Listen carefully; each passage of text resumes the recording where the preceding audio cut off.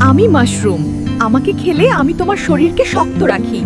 আমি ভেতরে ভেতরে খারাপ জিনিস দূরে সরাই আর শরীরকে রক্ষা করি। আমি ফ্রাইড চিকেন। আমাকে বেশি খেলে আমি তোমার শরীরের পথ বন্ধ করি। আমি তেল জমাই আর শরীরকে দুর্বল করি।